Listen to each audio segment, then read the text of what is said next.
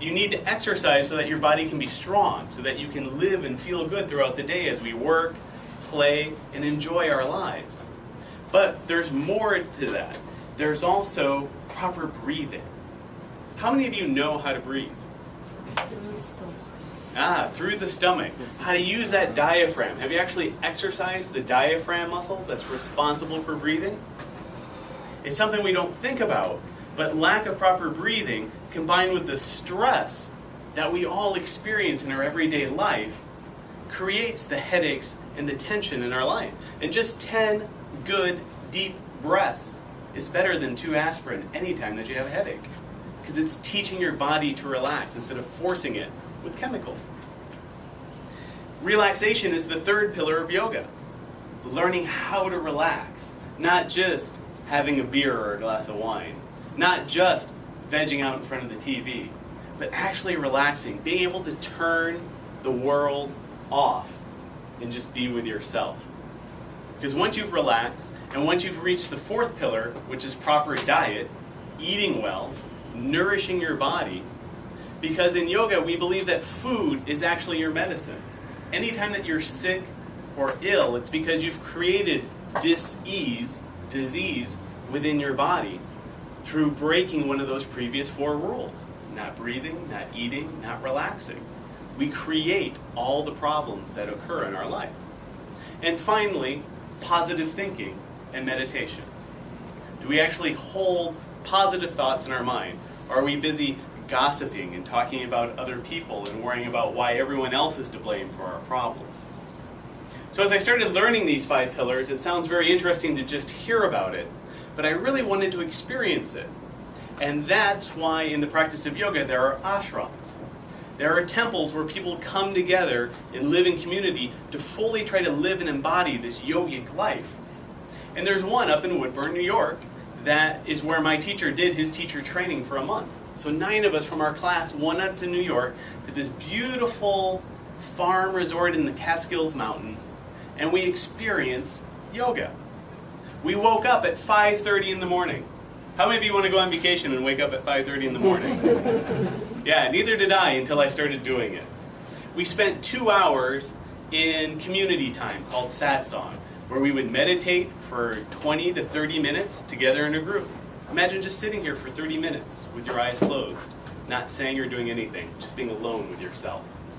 Then we would sing the chanting songs that everyone's familiar with, like the Hare Krishnas. Hare Hare Krishna. It sounds funny, but it felt really good. Got you high first thing in the morning. And then we'd have a lecture about good living and positive thinking. Then we would spend 2 hours and do our yoga, and then we'd eat at 10 o'clock in the morning. Only 2 meals a day, 10 and at 6. It was amazing how smoothly the day went. Then we would do our karma yoga, where we'd serve the community. I liked working in the garden.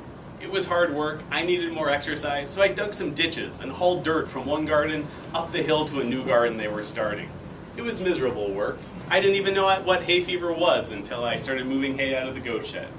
But it made me feel good because I was helping others. When I saw the food growing in the garden became my dinner that night, it really felt good. I felt connected to how life really flows. And then we would have some free time in the afternoon to go hiking, little temples all over to meditate, get in touch with yourself, explore.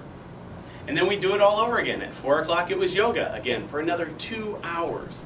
And then we would have dinner at 6, some time to get freshened up, and then community time from 8 to 10 o'clock, where again we would meditate, chant, and have a small lecture. Lights out at 10:30. How many people here go to bed before 10:30?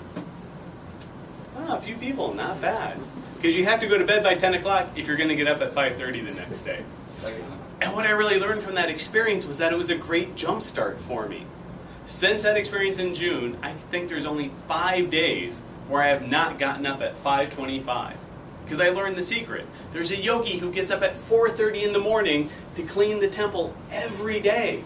And I just looked at her and said, how do you do that? I can't do it. I set my alarm, but I can't get out of bed. How do you do that? She gave me a great secret. Would you like to know the secret? Yeah.